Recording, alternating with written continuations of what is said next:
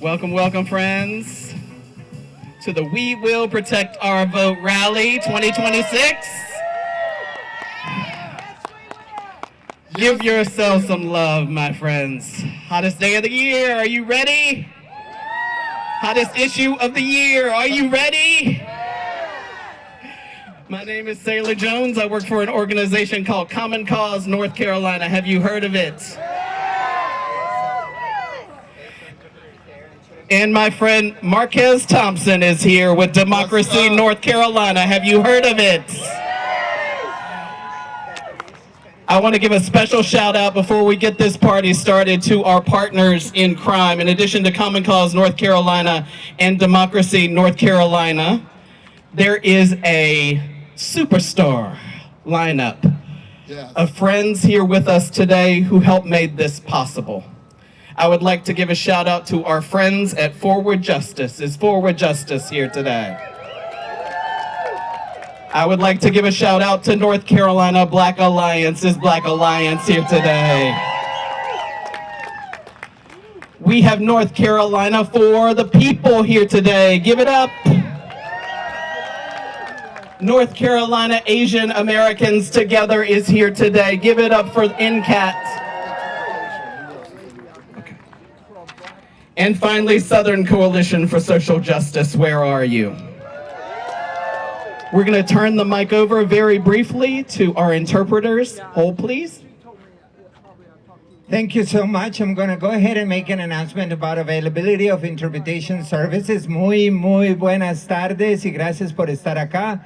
Si ustedes quieren participar en este evento y escuchar toda la información en español, por favor vayan a las carpas de atrás, de azul, y reciban su equipo de interpretación simultánea.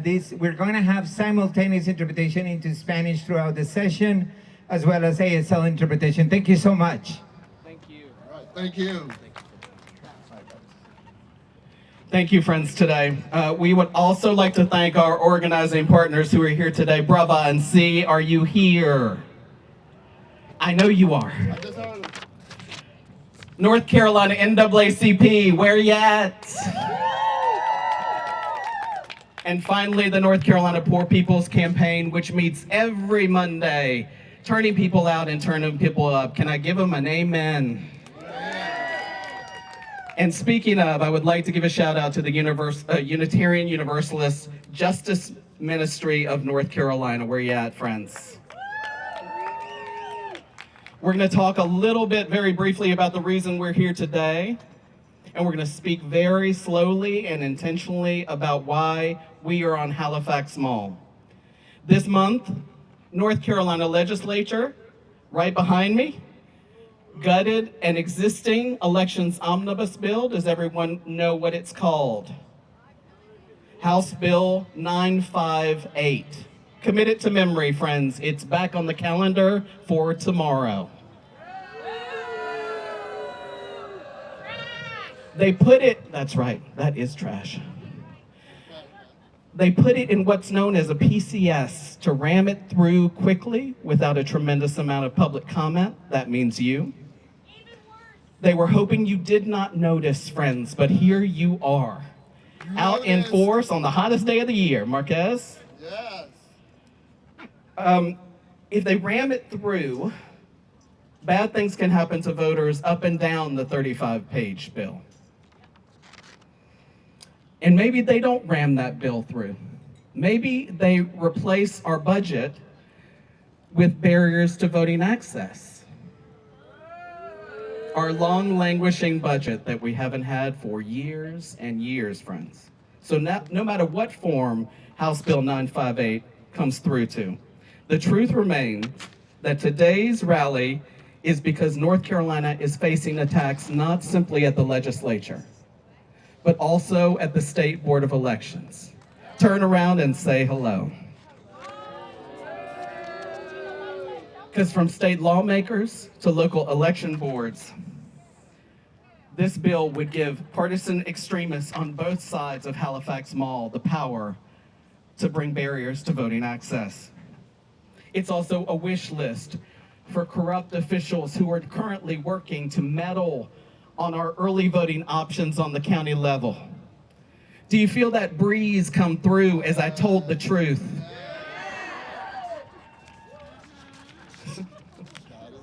God is good. And so, the last thing I want to make perfectly clear is that while they are pushing this bill tomorrow, they are not pushing what? A state budget. Talk about it. These are misplaced priorities, friends, and we're going to make our voices heard today. But for more on the reasons that we're here, I want to share with you that we're here not because of politicians, we're here because of people. Yes.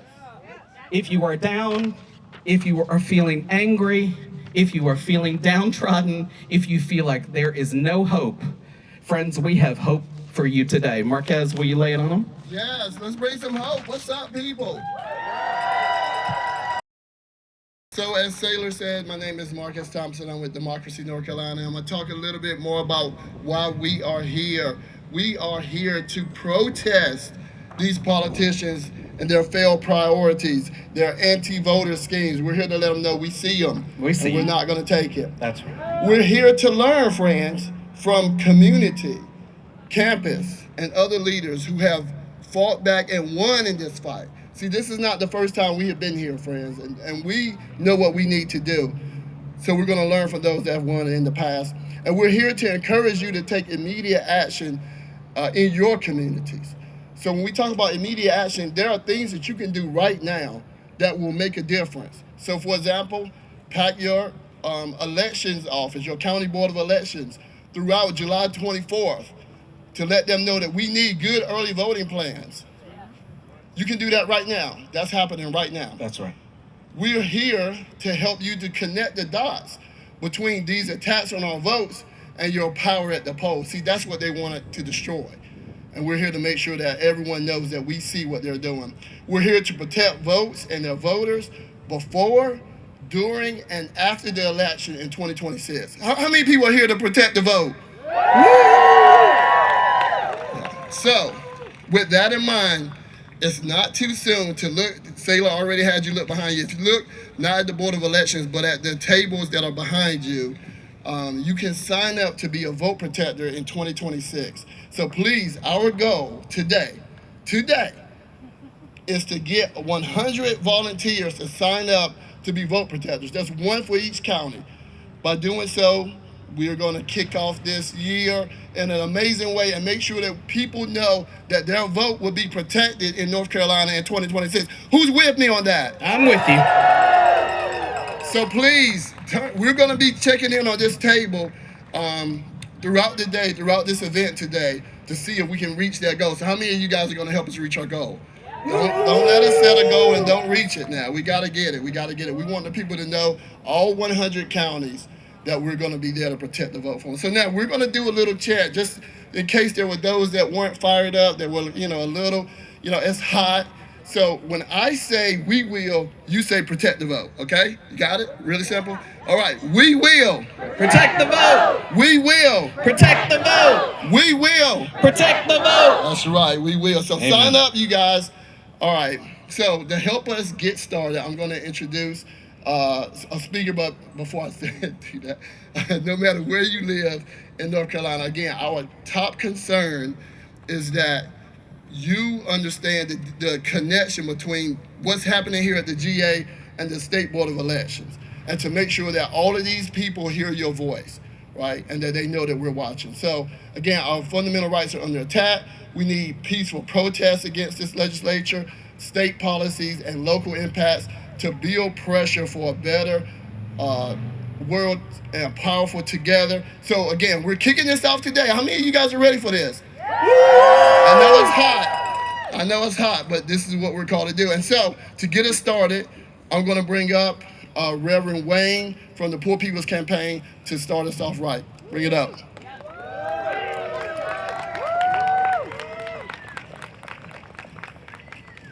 Good afternoon to everyone. Good afternoon. As we say in the Poor People's Campaign, forward together. Not one step back. Forward together. Not one step back. Zora Neale Houston said, if you are silent about your pain, they will kill you and say you liked it. If we don't continue to show up like this and speak up about our right to vote, they would take all of our voting rights and say we liked it. So we're here today to say we will not be silent anymore. That's right. I'm Reverend Wayne Wilhelm, one of the tri-chairs for the North Carolina Poor People's Campaign, along with George Friday and Leslie Boyd.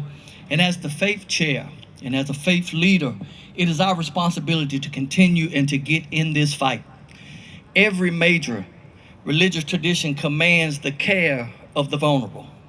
Whether it's the Hebrew prophets, whether it's Islam, whether it's the Christian tradition, whether it's the indigenous traditions, all of our sacred texts, we see a consistent call to lift up the marginalized, to seek the welfare of our communities, and to act with courage when human dignity is at stake. One of the most powerful ways to participate in justice in a democracy is through the right to vote. Voting rights are connected to that sacred responsibility that we all have. Voting is more than just a political act, it is a moral act. It is an expression of human dignity, a recognition that every person has value, and a way of ensuring that every voice should be heard. That's right. In that famous letter from that Birmingham jail, Dr. King reminds faith communities that they could not remain silent in the face of injustice. He said that we ought to be a voice and not an echo. That's right. Dr. King challenged all the faith institutions to not merely just be a thermometer that records the ideas of society, but that we ought to be a thermostat that helps transform society. Amen. And those words ought to challenge us today, no matter where we are. From every temple, from every mosque, from every edifice, from every worship space that we find ourselves in, we have the responsibility to continue to encourage civic participation, educate our communities, and stand for the principle that every voice matters. That's right. Protecting and expanding access to the ballot is part of the ongoing work of building a society that reflects the values that we hold as a society. And when I look amongst this crowd today, it gives me some hope. When I look amongst this crowd today, I get encouraged. I know there's a lot of things coming at us right now. There's a lot of things hitting us from every side. This General Assembly, this administration continue to enact policies that hurt our communities. But if we continue to stand together, if we continue to stand with one another and for one another, change will take place, because when we vote, we win. It reminds me of a text in 2 Kings when the Syrian army had the prophet Elijah surrounded. He was down in the city of Dothan. He had been doing some organizing, and the king of Syria was upset because he was standing up for the community just like you are today. But the king found out where Elisha was, and he sent his ice agents, he sent his army down to surround Elisha in the city. And when he woke up the next morning, one of his young organizers went out the camp, and he saw that they were surrounded by the Syrian army. And he went back to the prophet Elijah and said, "What are we going to do? They're here to take our freedoms." And Elijah told him to fear not, because there are more standing with us that are standing against us. He prayed to the Lord to show that young man that they were not standing alone. And when he looked back and opened his eyes again, that hill was covered with fiery horses and chariots that were standing on their side. So we need to remind ourselves, when we get weary in our organizing, when we get tired in our working, when our strategizing becomes stagnant, when you feel like you're all alone and the enemy has you surrounded, I need you to look again. I need you to look around out here today and see that you're not by yourself. You're not by yourself. If you look around again this afternoon, you'll see Common Cause standing with you. If you look around this afternoon, you'll see North Carolina Black Alliance standing with you. If you look around this afternoon, you'll see Forward Justice standing with you. If you look around, you'll see Poor People's Campaign standing with you. If you look around, you'll see Democracy North Carolina standing with you. If you look around, you'll know you're not standing by yourself. And when we stand together, there's power in our unity. There's power when we show up at the polls. And it is our responsibility that we may continue to seek justice, to love mercy, and walk humbly together. Forward together. Not one step back. Forward together. Not one step back. All right. Friends. Yeah, give it up for Reverend Wayne one more time. All right. I don't know if you guys are aware of this, but from Bladen to Jackson County, state and local officials have spent the last few months attacking their fair elections and cutting early voting plans, as we just spoke about. But our community leaders and our campus leaders have fought back, and they have won.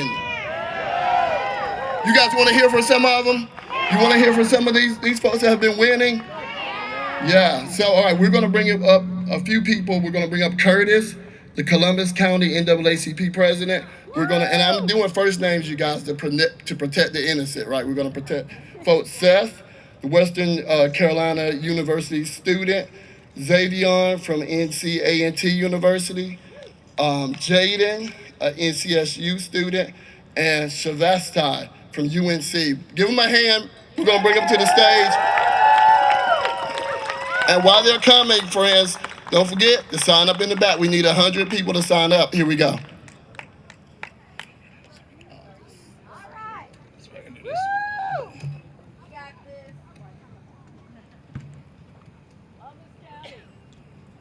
Columbus in the house. Yes. Good afternoon. Neighbors, advocates, and constituents. Our democracy is on the ballots. But I got a recipe for winning this. And the recipe is organize, organize, and organize. And you need to be present at your Board of Elections meetings because that is fundamental for our democracy. In order for us to win, we've got to think about where does it start. We don't worry about what they're doing at the legislature. We understand if we organize our community and have folks at the Board of Election meetings, things change, communities change. When they have to look at your neighbor and say, your neighbor, neighbor, neighbor. Then they're like, oh, I can't do it this way. Even though I had a proposal that we're going to cut, Columbus County has down to one voting location. 954 miles, the third largest county in the state, and they wanted one voting location. That means people would have to drive over an hour there and back to vote. That's not democratic. Then they said, well, the reason we're doing it is because we don't have the money. Then we look at the budget, the money's there. Then we ask other questions, and it says, oh, we got another problem. Then we got no poll workers, but they don't ever talk about that.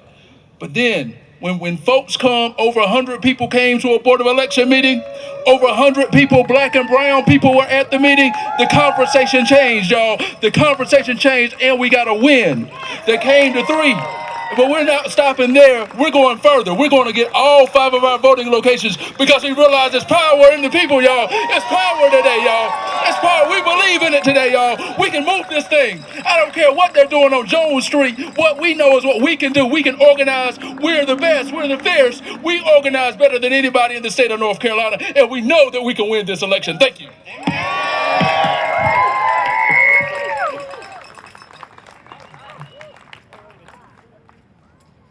Good afternoon, fellow North Carolinians. My name is Seth Dye. I'm a student at Western Carolina University, the president of College Democrats at Western Carolina University, and a creator with Influence North Carolina. My fellow interns are in the crowd. As we gather here today to raise awareness about rampant voter suppression efforts in our state, I want to share with you my experience as a college student in the westernmost public UNC system school. Every year since 2016, WCU has had an early voting site on campus in the University Center. Originally created with bipartisan support from both students and community partners, the site was located in the center of campus, welcoming to new students, members of the community, faculty and staff, and physically accessible to all Jackson County residents. In the 2024 general election, 16,836 votes were cast in Jackson County, and over 3,000 of them were cast at Western Carolina. While the average age at other county sites was 52, WCU voters averaged 29. Additionally, the WCU site consistently ranks first in the state for the highest proportion of same-day registrations, a metric that often demonstrates high young voter turnout. It's no secret then that a WCU site increases young person early voting. That changed in December of 2024 when the Jackson County Board of Elections removed WCU's early voting site despite extreme opposition from members of the public and the university. On February 13th of this year, myself and over 50 other students at Western Carolina University walked 1.53 miles to our closest polling site, the Jackson County Recreation Center, that only had a small employee break room to handle all early voters to vote in our primary.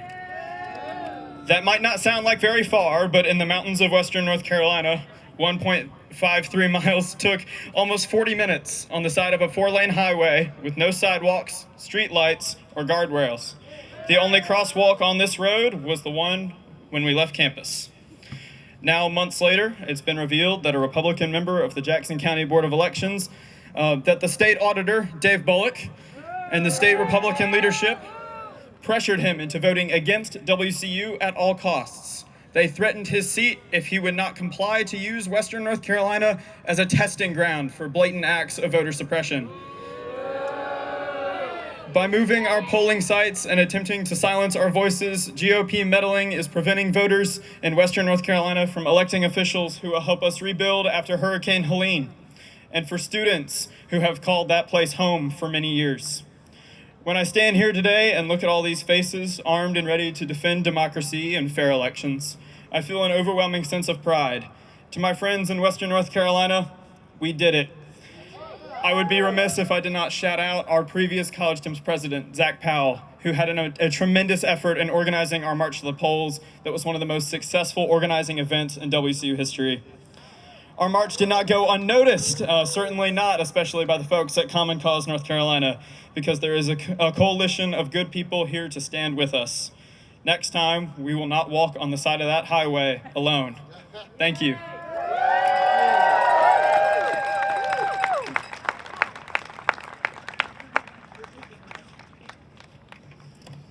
It's a little warm up here. Y'all don't feel that heat? None of y'all feel that heat? None of y'all? Just everybody feels it? Okay. Good evening, everyone. My name is Xavier Davis. I am a rising senior in business management at North Carolina A&T and an Andrew. Yeah.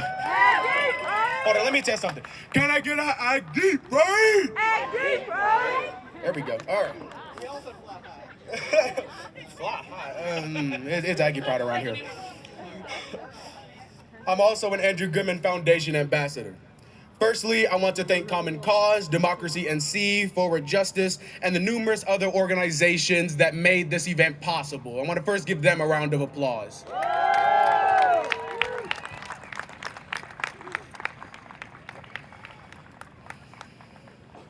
I've said it before, and I will say it again. Over the past few months, we have seen campus after campus be shut out from early voting. We have been told that we are too expensive, too inconvenient, or that we are simply not worth the trouble. But on-campus polling sites are not just a matter of convenience. They are a matter of essential access. Being denied these polling sites adds barriers to our ability to advocate for ourselves while we're on campus. College campuses are where thousands upon thousands of us build lifelong habits, and voting is one of the most important habits to build as citizens. We should be able to vote in the same place that we live, love, learn, and grow, just like everyone else. To my fellow Aggies, I want y'all to know this. Just by waking up every day, we are continuing a generations-long fight for equality. One that is embedded not only in the history of our university, but embedded in the very blood that runs through each and every one of us. We must honor and continue the legacy of this fight, because we ain't done yet. To my fellow college students from across our beautiful state of North Carolina, know that your voice is powerful. Because if our vote didn't change anything, they wouldn't be withholding access, and we wouldn't have to fight for it. They've said that we cost too much and that we aren't worth the hassle. They've said that voting is a privilege, but each of us knows that it is our right. And we are here today to make sure that they know it too. We will not sit idly by and let them sweep us under the rug, because each and every one of us will be heard. Each of us should be watching our respective boards of elections. Watch to see where they stand on your ability to be a voice of change. Reach out to your respective civic engagement offices. Learn how you can get involved and make sure that our leaders have to look us in the eye when we speak to them. To everyone who is supporting us in this fight, we could not be more grateful. This battle is not one that we can win alone. When we come together and advocate for each and every other, our communities grow stronger as a result. So continue to reach out, connect, and inform the people around you about this fight because it is far from over. Finally, if you remember nothing else of what I've said tonight, remember this. This fight is not just about early voting access for a few universities. Remember that we are all gathered here today because we are fighting for the right that each and every one of us has to be a voice of change. Yes. So before I go, I would like everyone to repeat after me. We are the voices of change. We are the voices of change. Thank you.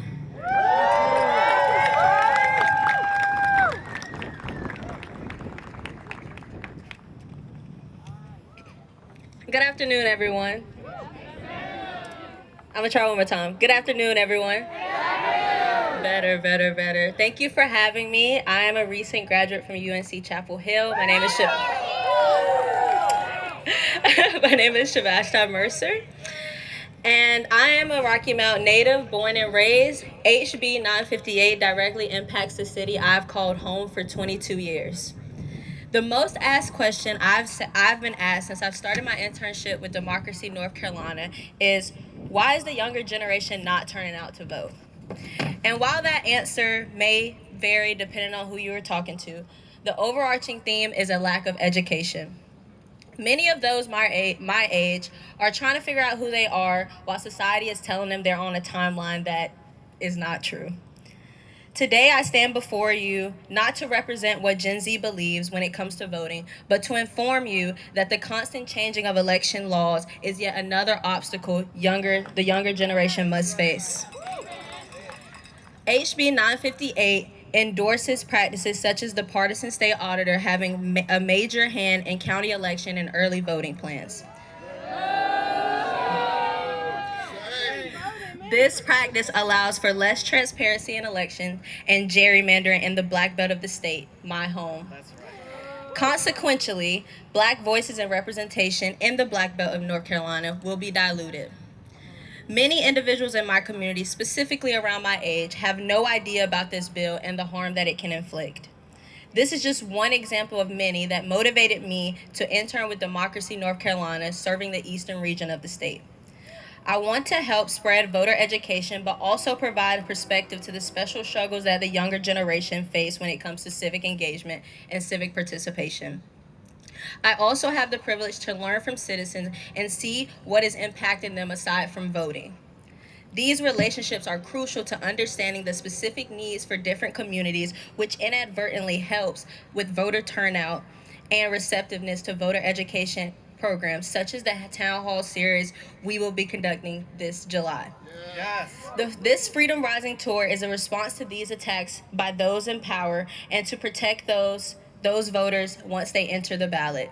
If you would like to join me in this fight and Democracy NC, we will be located in the purple tent for more information. Thank you so much. The purple tent. Yes.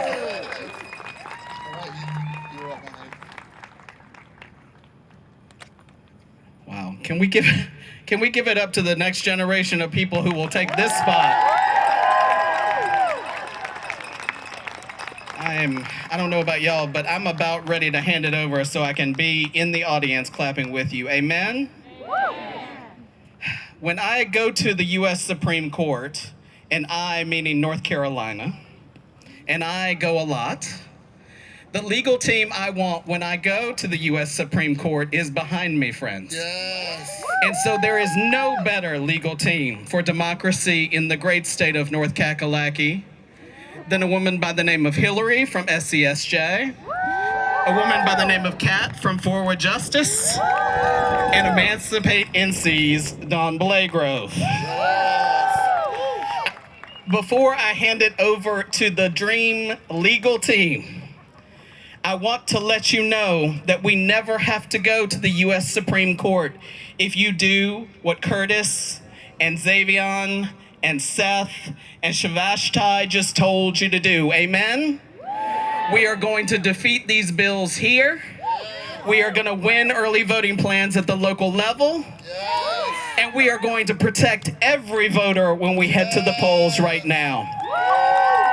Can someone at the tent shout out how many people in the audience have signed up to protect voters so far? I'll wait. 21! 21. So that means, and I went to North Carolina Public Schools, 79 people are still remaining. Hillary, I'll hand it over to you.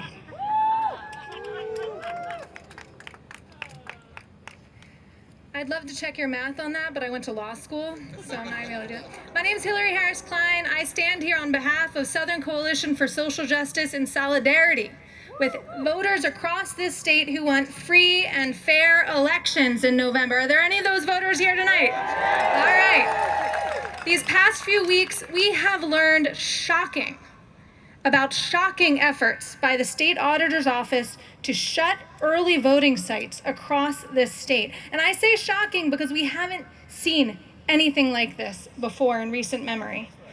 Up until this year, early voting plans have been decided by county election boards based on community needs and the resources available. And it's true, county board election members have not always agreed on early voting plans, but as far as we know, nobody in Raleigh was telling election board chairs when or where to open early voting sites.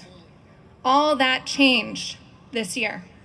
When Dave Bullock was handed power over county board appointments, he claimed he wanted election staff that would bring, quote, integrity to the system. That's what he said. But then he turned around and literally the first thing he did was appoint a partisan operator, Dallas Woodhouse, as his election liaison. That's the first thing he did. And if you don't know already, this same Dallas Woodhouse in 2016 wrote a memo urging an end to Sunday early voting and an end to early voting sites accessible to college students. He wrote that down in 2016, and he couldn't get it. He couldn't get it done through the democratic process, so what are they doing now? They're trying to get that done through backroom dealing and threats to county board chairs. So here's what we know so far. In Jackson County, county board members were threatened by the auditor's office with removal if they voted for an early vote site on Western Carolina University's campus. By the way, voting has been offered there for nearly a decade. In Columbus County, the elections chair was directed by Dallas Woodhouse to cut early voting from the 5 sites they've offered in 22 and 24, cut it from 5 to just 3 early voting sites. If that plan is passed, that would be a 40% reduction in early voting sites in the state's 3rd largest county.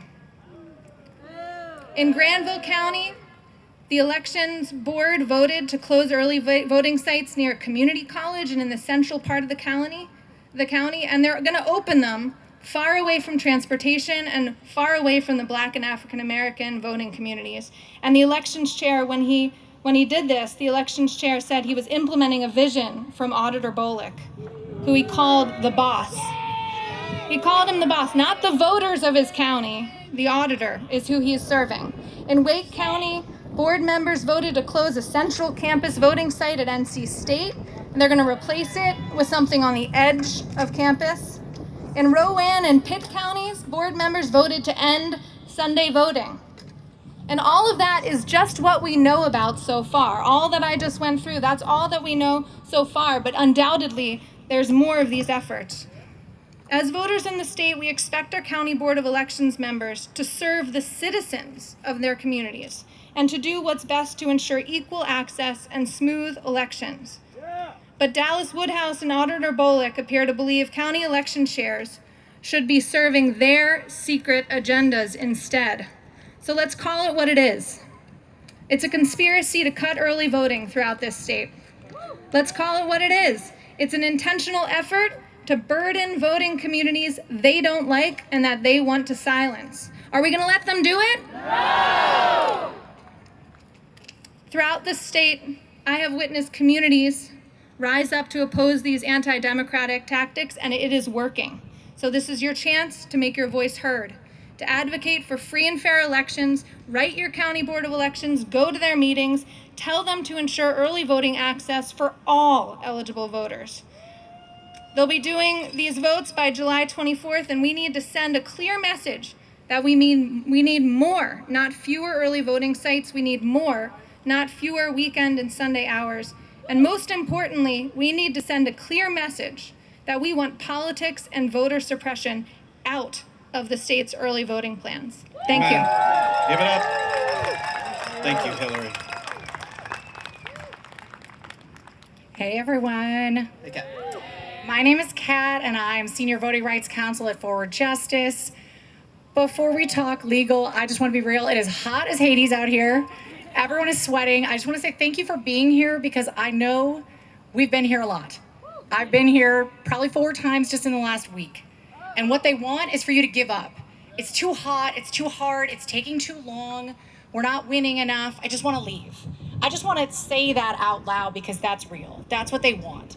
This is hard. And if you look back at the civil rights movements and the big things that happened, the Montgomery bus boycott didn't happen in a day. It was months of spreadsheets and meetings, and it wasn't always fun.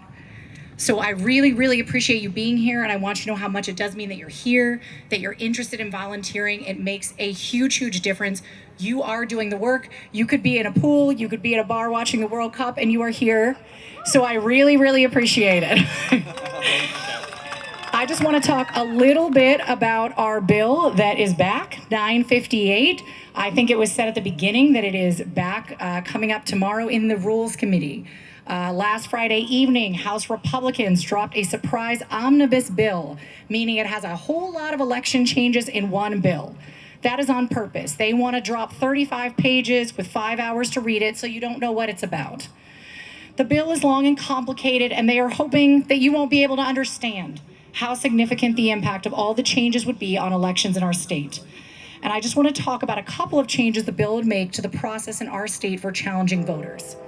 Just to give a short background, in 2016, our organization Forward Justice brought a lawsuit on behalf of NAACP because the State Board of Elections was looking to purge thousands of voters right on the eve of the 2016 election. They were based on a single, potentially faulty piece of information, one piece of undeliverable mail, and they were going to potentially purge a lot of people without time to fix it. We ultimately won that case. The court found that that was a violation of the NVRA, and that Congress had specifically created these rules because the 90 days before an election are the time in which the risk of disenfranchising eligible voters is the greatest. While that was a great victory, they are trying to figure out ways around it. How else can we challenge voters? So there are a couple of things being proposed in 958. They are talking a lot about checking federal databases. You may have heard about the SAVE database, databases of dead voters. In the act, they essentially say that the state board can get information about voters from, quote, a federal database. Does not say which one, does not limit which one. That means it doesn't have to be something reliable, same as the undeliverable mail. And then they will use that for the state board to challenge voters. They are also giving the ability, which would be brand new if this passes, to be able to challenge voters during the early voting period. Any voter who lives in your county can challenge any other voter who has already voted at early voting during canvass. That is not the process right now. There is a possibility to challenge someone right as you're standing in front of them as they are voting, but not a possibility to challenge them after their early vote has already been counted. So we are looking out for the same things we were looking out for in 2016.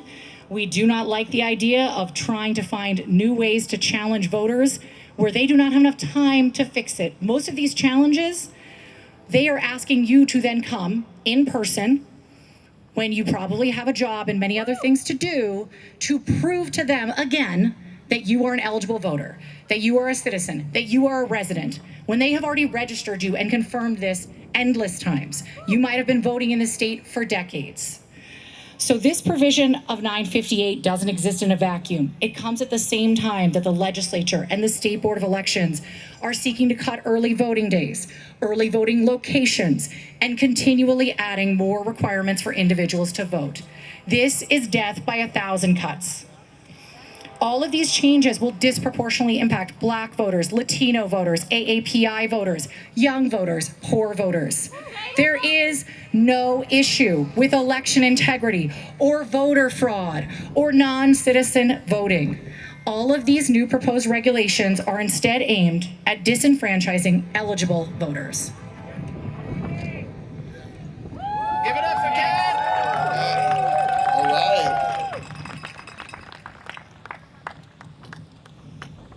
Good evening, y'all. Good evening. My name is Attorney Dawn Blagrove, and I am the Executive Director of an organization called Emancipate NC. For those of you who don't know us, we are the folks, the organization that says the things other people are afraid to say, and I'm not going to disappoint you this afternoon. What we are seeing, first, I want to say this. I know you are tired. I know you are weary. But let me remind you of one thing. We are winning. I'm going to say it again. We are winning.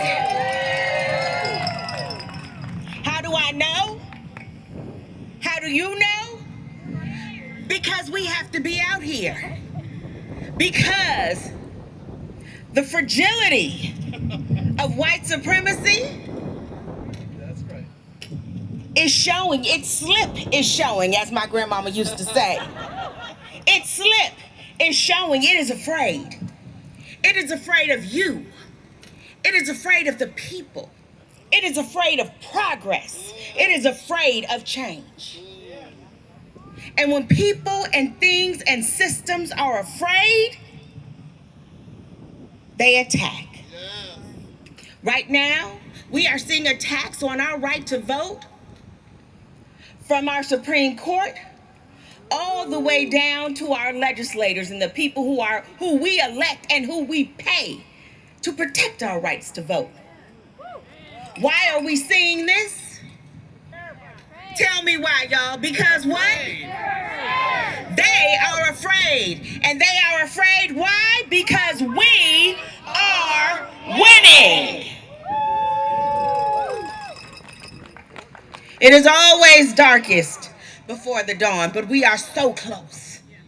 We are so close to a better world. We are so close to securing fair and free elections. We are so close. Yeah, that's right. That's right. So, we need those 79 people to sign up back there to protect election sites.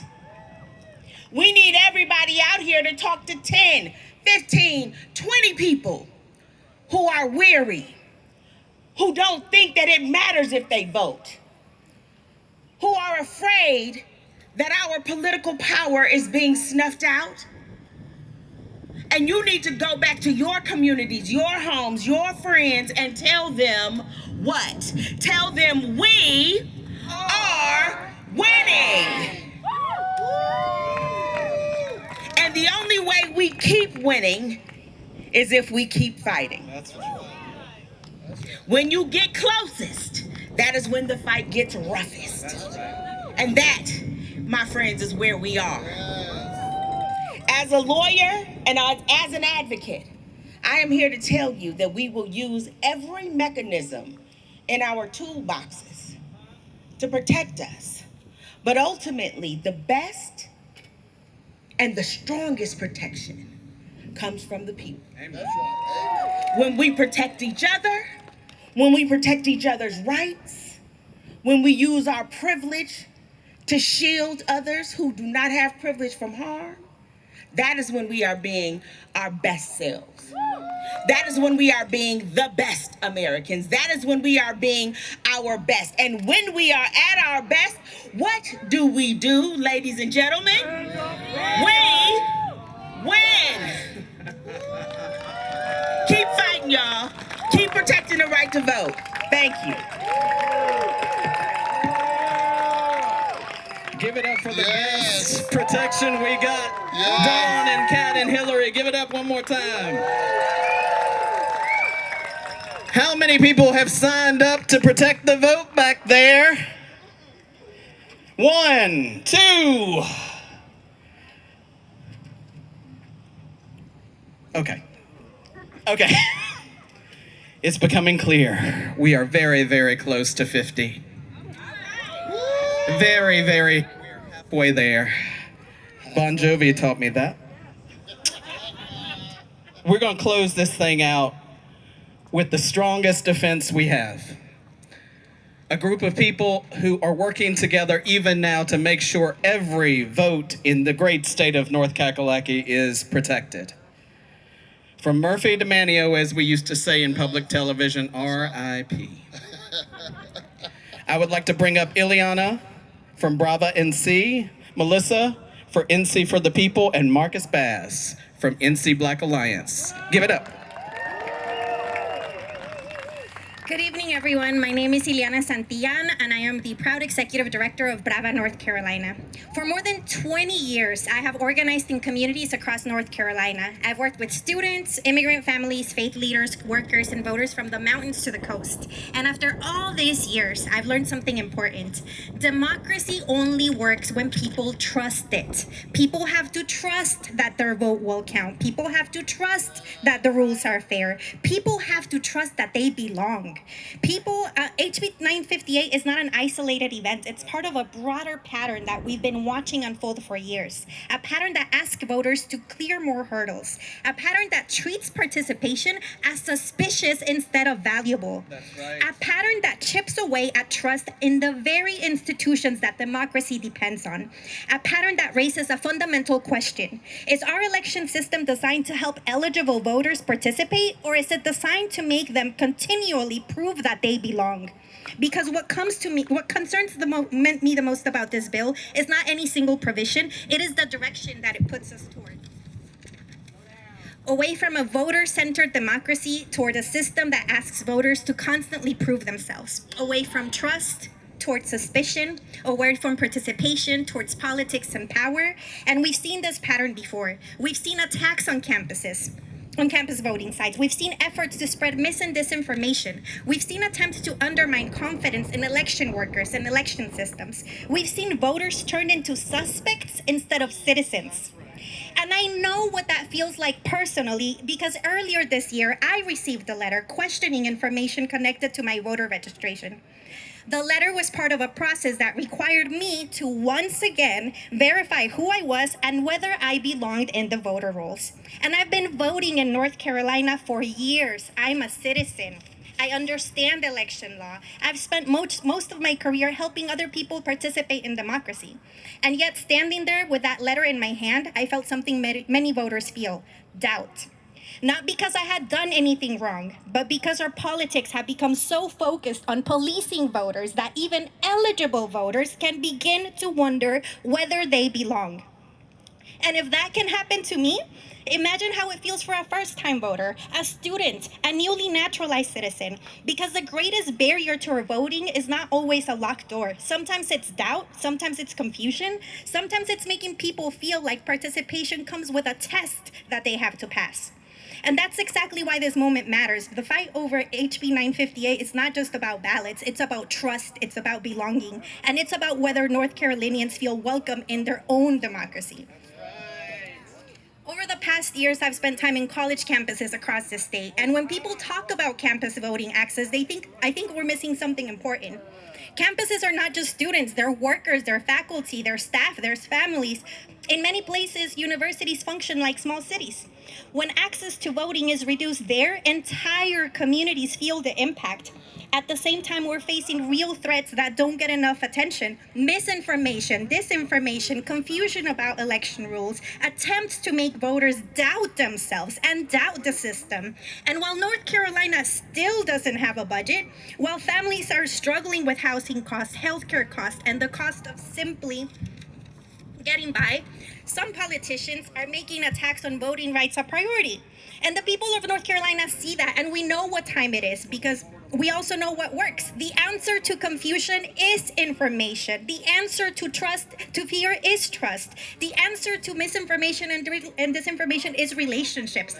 And the answer to attacks on our democracy is participation. And that's why trusted messengers matter, because when people have questions, they're not gonna call a politician, they're gonna call someone they trust, a friend, a neighbor, a pastor, a teacher, a student leader, a community organizer, a local radio host, the person who can replace rumor with fact, the person who can answer a question before fear turns into disengagement, the person who can remind someone that their voice actually matters.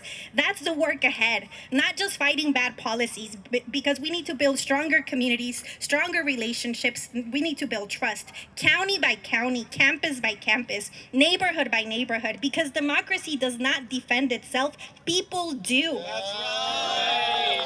So let me be clear. If politicians continue trying to make voting harder, we will organize. If they spread confusion, we will provide information. If they attack trust in our elections, we will strengthen trust in our communities.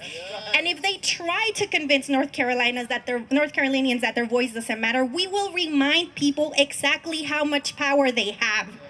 That's the work ahead. Not next year, not 6 months from now, right now. Because protecting democracy, it's not someone else's job, it is ours. And we will protect voters before, during, and after the election. And in 2026, the people of North Carolina will have something to say about the future of this state. That's right.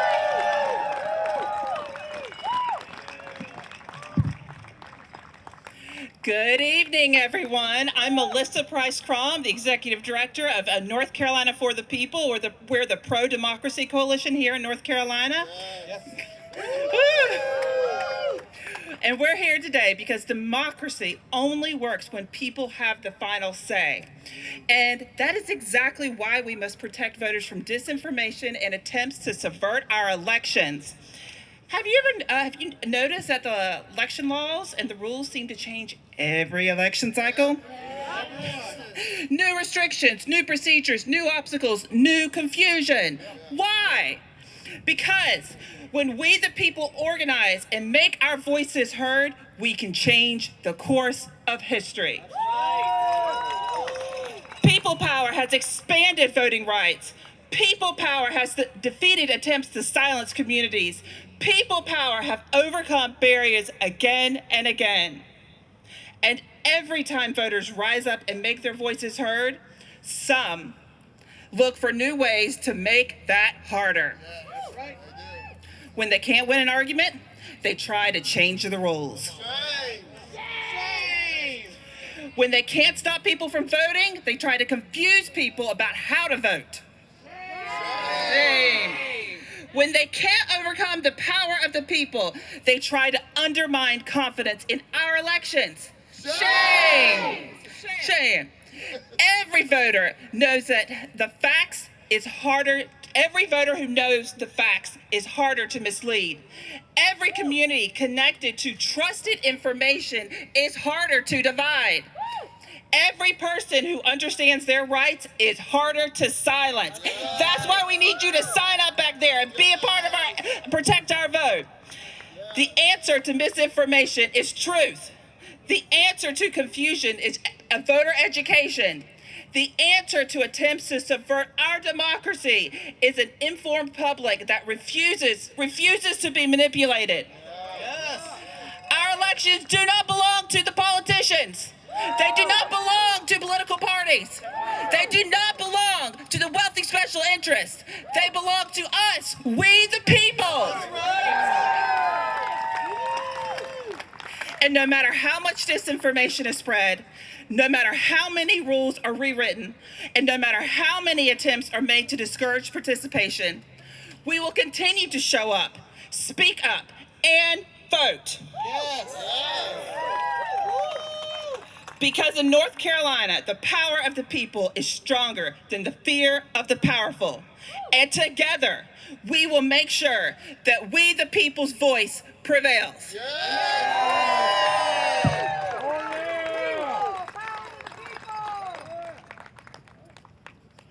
All right, how we doing, North Carolina? How we doing? How we doing? We are in the home stretch in so many ways. I want to thank each and every single one of you all that have braved the heat. There's something about today in particular and this heat. You know, we want politics to be cute. We want it to be buttoned up. We want it to be nice and neat. But guess what? The politics we're seeing in North Carolina are hot, funky, and nasty. And the individuals that are passing these laws like House Bill 958, they want you to believe that what they are serving you is actually going to nourish our state, nourish our democracy. But we know, and we are here today not because what's happening in the building behind me is cute. What they're doing is diabolical. In the organization that I serve, North Carolina Black Alliance, we're in the table in the back. We work with specific constituent groups across the state of North Carolina. Not just black residents, but those individuals that understand that until the black community, until those that have been the most marginalized and disenfranchised, until those individuals that we just celebrated 2 days ago on Juneteenth, until they receive not just a proclamation, but until we receive real emancipation and voting rights, then we do not have a real democracy in this country. So today, we're not here to be cute. We're not here in the heat standing up for 2 hours because we want to be out here. But we believe in the promise that North Carolina has in its motto, to be rather than to sing. And so today, when we talk about the end of 100 counties, 100 people, it's not enough. It's just the beginning. You have the power to go right now on your phone and help us build a team of over 10,000 people across this state of North Carolina. Individuals that are standing up at Board of Election meetings, that are standing up at the county commission meetings, making sure they pass funding for elections in every single county. There are some individuals that don't have the opportunity, luxury, or the privilege to come to Raleigh to listen to these speeches. But that's why we're here. We're deputized to mobilize, and we're ready to protect the vote in 2026. And so as I close and as we begin to think about what the important is in our assemblage here today, I want to remind you that we are here in the 2 days after, not just Juneteenth, 3 days after Juneteenth, but the 2 days after the celebration of the Carolina Hurricane Stanley Cup victory. If you happen to be in North Carolina over the past 48 hours, or even just somewhere near your computer, you will have saw over 180,000 people flood downtown Raleigh. The state of North Carolina understands how to provide access when it's a celebration.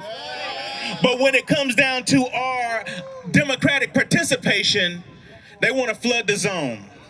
And so we are here in the huddle before halftime, making sure that each and every single one of you all that are doing the work, that are standing at the polls, that are talking to your friends and neighbors, that are at the county meetings, that are standing up and staffing up these elections, to know that you are not alone.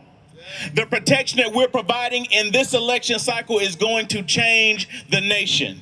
What's at stake is so much bigger than the individual votes and the individual people on the ballot. But what we're building in North Carolina is a model across the nation. Michaela Massey, our county, our regional democracy coordinator, statewide democracy coordinator, was just in New Orleans with hundreds of individual organizations across the country talking about what we're doing in North Carolina, and this is special. The election protection organizations that are standing in coalition is like none other in the country. That's right. And we saw what happened in Louisiana. We saw what happened in Florida. We saw what happened in Texas. And we're here in North Carolina to say, not on our watch. Somebody say, not on our watch. We're going to stand united. We're going to stand to protect the election. We're going to make sure we protect each and every single voter. And in November, even after every voter has cast their ballot, we're going to make sure that the county boards of elections and David Bolick count every vote. Somebody say, count every vote. Have a great afternoon. Yes! Give them a hand. Give those opposers a hand. Give it up. Sailor, can we talk for a second? I know it's a lot of people here watching us, but I just want to kind of confess something to you, Sailor. Say it. As we get ready to close up here today, I'm old, Sailor. I'm old. Not older than me. And as a young man, I don't know how many of you guys, but I'm old now, but as a young man, I used to have a dream about a telethon. You remember those back in the day? I am telethon years old, honey. You mentioned PBS earlier, right? And you remember the time of the telethon when they said, we almost at the goal? We just need a few more votes to get there? Well, guys, we are almost at the goal. We're in the home stretch. 26 more people in this audience can get us there. 26 more people. Let's not leave here today and not hit our goal, friends. We got to win. So we're getting ready to close up. We're in the home stretch. I want to thank everyone for being here, the people in the shade, and especially the people not in the shade. Look at that. No shade. No shade. No shade. No shade, but still here for our democracy. So I have a privilege. I have been in company with these fine people at the Unitarian Universalists, and so it's my pleasure to bring up, let me just say this first. Faith communities across the state are also heeding this call to protect voters, including hundreds of congregations working with our next speaker, who will bring the spirit of this work to the grounds that we're here right now. So please help me welcome Reverend Lisa of the Unitarian Universalist Justice Ministry of North Carolina. Give it up. Give her a hand. Good afternoon. Good afternoon. I'm the Reverend Lisa Garcia Sampson. I proudly lead the UU Justice Ministry of North Carolina, and I am also honored to serve as the convener of the North Carolina Faith Table. Our new formation is bringing Muslim, Jewish, Christian, Quaker, Unitarian Universalist, Buddhist, Earth Center traditions. We are bringing everyone to the table. In a time when Christian nationalism tells us that we are a threat to one another, we are working shoulder to shoulder. We are building a statewide movement to help create the truly inclusive democracy that we deserve, because despite what people say that divide us, we are united. Our faiths call us to honor the sacredness of every vote and the dignity of every person, and that is what we are going to do in 2026. That's right. This year, we are organizing our people, and as was mentioned before, we are going to bring it, y'all. And I see a lot of UUs and people of faith in the house. In 2026, we are recruiting and organizing and activating hundreds of people of faith all across North Carolina to participate in our election protection rapid response at the polls. We are recruiting our lawyers in our congregations to volunteer on the 888 Our Vote hotline. That's right. We are making sure that every county in North Carolina has volunteers as county board of election monitors, so that we keep an eye on all the shady stuff happening across our state, not on our watch. I'm gonna make this quick. Today we have heard about the incredible stakes of this moment and the shameful attacks on our voting rights that are designed to overwhelm us and exhaust us and rob us of our sense of power. And it reminds me of something I once heard Stacey Abrams say about her organizing down in Georgia. She said this: "It is an abysmal space to inhabit when you are constantly battling against, because the darker the enemy, the darker your spirit gets trying to fight it. But there is light in the act of creation.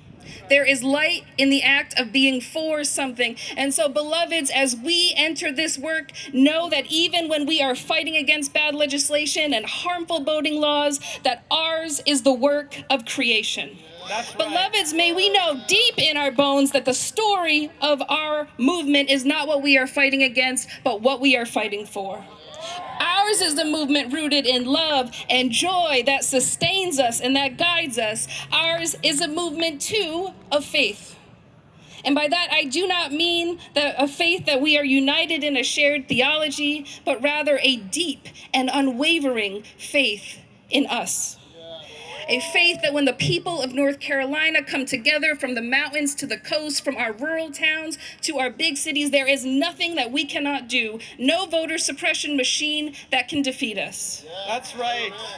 As we leave today, may we hold that powerful and prophetic story close. The story of who we are and the movement that we belong to and what we are building together. May we see it embodied when our neighbors in our communities affirm each other's rights to vote. May we see it in the person volunteering for the very first time at the polls and the person who's been doing it for decades. May we see it in the first-time Board of Elections monitor who was determined to stop watching history unfold on TV and start shaping it.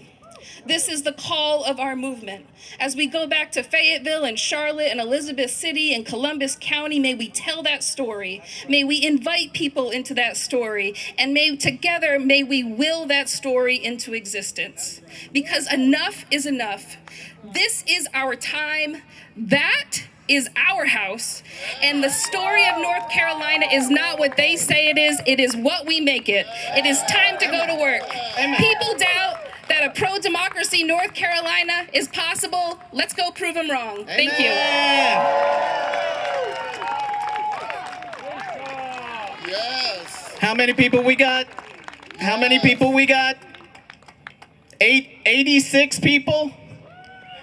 Do we need 14 people? Can I get a what? I want to just make it clear something that Marcus said. Louisiana didn't beat all of their constitutional amendments by staying home. That's right.